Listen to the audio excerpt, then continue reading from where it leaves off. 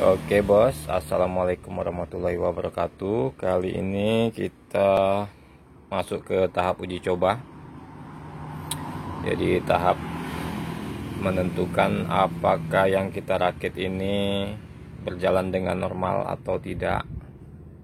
Jadi yang perlu kita siapkan trafo, karena ini inverternya low frekuensi, kita pakai trafo. Dan yang ini rangkaian sudah saya jelaskan di video-video sebelumnya, bahwa ini adalah campuran dari output 220 pada trafo ini bos.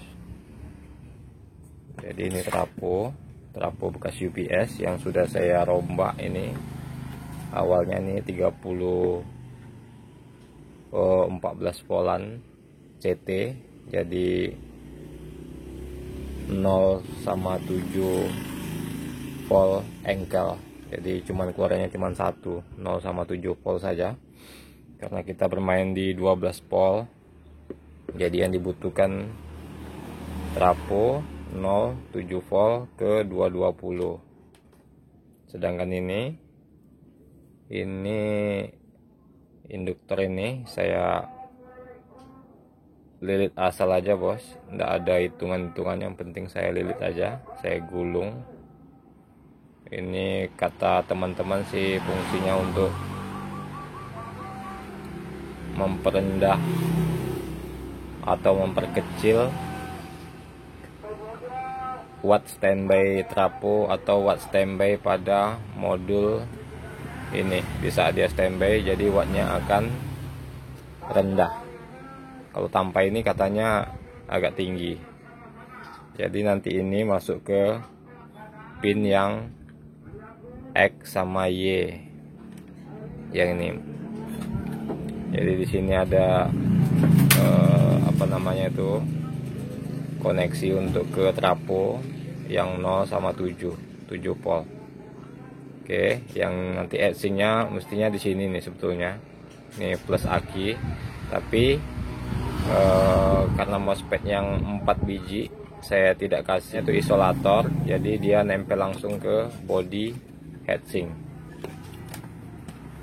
Jadi dia langsung ke body heatsink ini bos, ada 4 biji ini. Yang ini, nah ini kan langsung ke body heatsink ini. Nih dia punya pin, dia punya kaki-kaki MOSFET, dia langsung ke heatsink. Jadi kita bisa ambil dari situ saja. Karena kalau kita ambil dari tengah di sini, sementara di sini nanti ada 2 kabel yang agak lumayan besarnya, jadi semeraut kelihatannya. Makanya saya ambil nanti dari heatsink saja, di sini saya tempel nanti untuk input aki bagian plusnya. Oke, langsung saja kita rangkai. Oke, jadi koneksinya sudah kita pasang semua. Oh, belum semua sih bos, cuman aki yang belum. Nanti akinya kita masukkan kudian. Yang ini, yang merah sama hitam yang ini, itu ke trafo ya bos ya. Trafo yang 0 sama 7 volt tadi. Nah ini dia, kelihatan bos ya. Oke, jadi yang ini, yang output dari trafo yang 220 nya, yang kabel merah ini, itu dia menuju ke blok terminal ini. Terus jumperannya masuk ke feedback yang ini bos ya, feedback ini yang 2, ada baut 2 itu. Yang ini kan dari sini nih. Oke, biasanya di sini nih kapasitor yang ini, biasanya di sini saya taruh nih di dekat terminal ini, tapi karena ribet atau gimana, jadi saya patenkan aja di sini. Tapi jalurnya yang ini ya bos ya, yang untuk kabel yang 2 pin ini, yang feedback ini ya, di situ dia tuh standby nya itu. Jadi outputnya lanjut ke beban. Ini dia bebannya nih. Oke, kabel putih itu bos ya, kabel putih lanjut ke, nanti bebannya ke sini. Kita sudah standby nanti pakai wattmeter bos, nanti ketahuan wattnya berapa dayanya yang bisa dia supply, kemampuannya. Sedangkan aki kita pakai aki yang kecil dulu. Untuk tes aki yang kecil-kecil dulu bos, jangan langsung yang gede, ampernya gede juga nanti takutnya ada trouble, kita tidak terlalu berisiko. Kalau langsung gede, kalau langsung yang aki besar itu nanti takutnya ada konslet atau apa segala macam, maka daya yang disuplainya pun lumayan besar bos, jadi resikonya tinggi. Ini fuse sudah terpasang nih bos. Ini kalau saya tidak salah ini 35x2.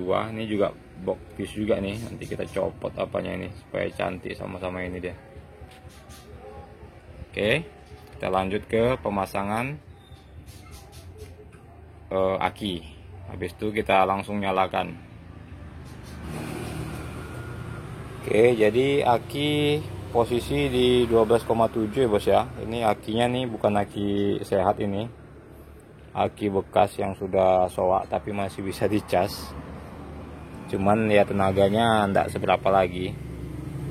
Ini kita masuk ke yang plusnya ini kan aki nih bos ya.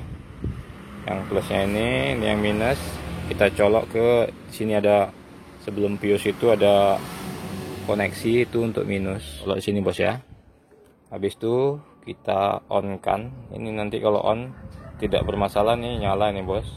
Kalau bermasalah dia nanti nyala, habis itu berkedip-kedip. Oke, kita cabut dulu bebannya. Jadi kita kosong dulu beban, kita tengok dulu 220 nya keluar atau tidak. Bismillah. Oke bos ya, udah nyala. Aki langsung drop dari 12,7 ke 12,3. Sementara ini dia punya 220 nya, nah ini 225, kelihatan bos ya. Nah itu 225. Hz nya sudah betul 50 Hz, memenuhi standar PLN atau standar alat-alat elektronik di rumah kita. Cuman akinya langsung down ke 12 volt. Oke, pastikan ini kalau memasang harus kencang. Oke bos ya, jadi ini sudah terkoneksi semua. Coba kita kasih dia beban apakah nyala. Oke, nyala, aki langsung down. Ini pengaruhnya nanti bos, kalau seandainya jauh kali dia turun, otomatis dia voltase di sini kan turun juga. Ini memerintahkan EGS, kalau di sini down nanti EGS akan diperintahkan oleh low voltage tadi, dia akan proteksi. Jadi dia akan proteksi sini, dia akan mematikan sendiri kalau seandainya voltasenya makin down nanti. Masih bisa untuk uji coba. Ini sudah nyala, kita kasih beban yang lain, testing di copot bos.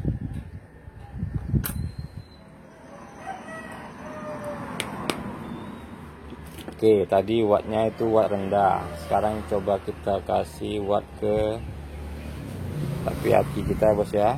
Kembali lagi ke topik awal tadi. Kalau akinya sudah tidak sehat, jangan berharap banyak kepada komponen ini, karena pasti tidak akan dia supply. Tapi kalau untuk uji coba sih oke. Ini 40 watt bolham, voltase down langsung bos, proteksi bos ya. Nah itu voltase aki tadi sudah di ambang bawah, jadi dia tak sanggup. Kita tes ke aki yang lebih besar lagi bos. Oke bos, jadi kita sudah koneksikan ini ke aki yang lebih besar lagi. Ini kabelnya pun kabel 10 mili ini bos. Jadi kalau mau main besar itu kabelnya juga harus memadai. kita ngambilnya dari sini. Ini bos ya, ini kabel ngambilnya dari yang ini. Nah, itu kita koneksikan di aki 100 Ah. Coba kita tes. Oke, kita nyalakan dulu. Kalau sudah kita pastikan semua koneksi terhubung dengan bagus atau kencang, kita nyalakan. EGS nyala. Watt terpantau masih kosong. Volt 225. Oke. Trapo normal, AZ normal. Kita tes beban bolham. Ini bolham nih bos. Ini bolham ini larinya ke sini nih. Jadi ini saya ada buat rangkaian. Yang ini nanti kita colok ke beban, ke wattmeter ini. Nah ini terusannya ke nih bolham ini ada berapa biji ini. Jadi untuk uji-uji saya pakai yang ini. Oke bos ya, ini isinya bolham 100 watt, masing-masing 100 watt ini. Oke, jadi ini untuk uji, nanti kita colok. Sip. Jadi kita lanjut ke modul ya bos ya. Oke, jadi modul sudah standby, EGS sudah nyala. Voltase di 224. Wattnya masih kosong. Kita colok bahan untuk beban. Oke bos ya. Ini bahan nanti wattnya terbaca sini bos ya. Kalau saya nyalakan, kita nyalakan 100 dulu. Bismillah. Oke, 100 modul. Kita perhatikan aman. Kita lanjut ke 200. Oke, wattnya terbaca bos ya, 200. Ini masih oke, masih bisa mensuplai. Kita lihat di voltase 215, turun sedikit. Oke, kita naikkan lagi wattnya. Kita naikkan 100 lagi.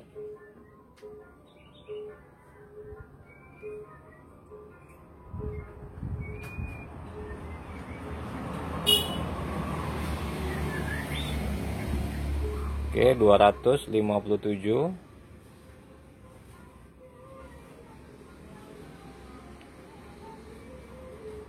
EGS masih anteng. Voltase aki masih. Kita lanjutkan ke 4 bolham.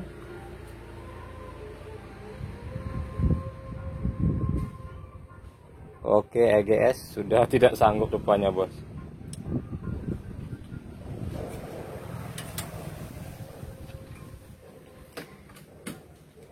Tuh di mana ya? Apakah di akinya atau di sini? Karena di sini kecil saya kasih kabel. Apakah di sini? Karena MOSFET belum ada yang panas nih bos. Masih adem saja atau kayak ini. Ini memang ukuran kawatnya saya bikin cuma 2 kali 2 mili.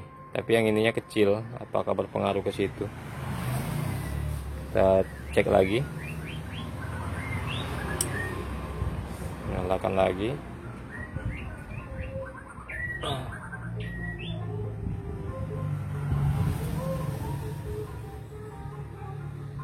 Oke, jadi kita masih mencari nih bos, masih mencari di mana letaknya kok bisa pada saat 400 watt EGS nya protek. Apakah di jalurnya yang kena atau di yang lain, karena posisi yang ini pada masih adem semua, belum ada yang panas, berarti dia masih sanggup. Oke, sambil kita pelajari untuk video selanjutnya. Di saat ini watt standby 2 bolham 200, santai bos ya, tidak ada masalah. 3 bolham juga masih oke, belum ada masalah. Ya namanya belajar bos, masih mencari-cari apa yang belum pas di sini. Kalau di trapo masih oke, belum ada yang panas. Di heatsink juga masih oke, belum ada yang panas. Wattnya terbaca 249-250an. 3 bolham mestinya 300 watt. Apakah wattmeter saya yang salah atau gimana ini? Oke bos, demikian dulu bos. Kita lanjut nanti mencari apa yang salah di modul ini. Sekian, terima kasih. Assalamualaikum warahmatullahi wabarakatuh.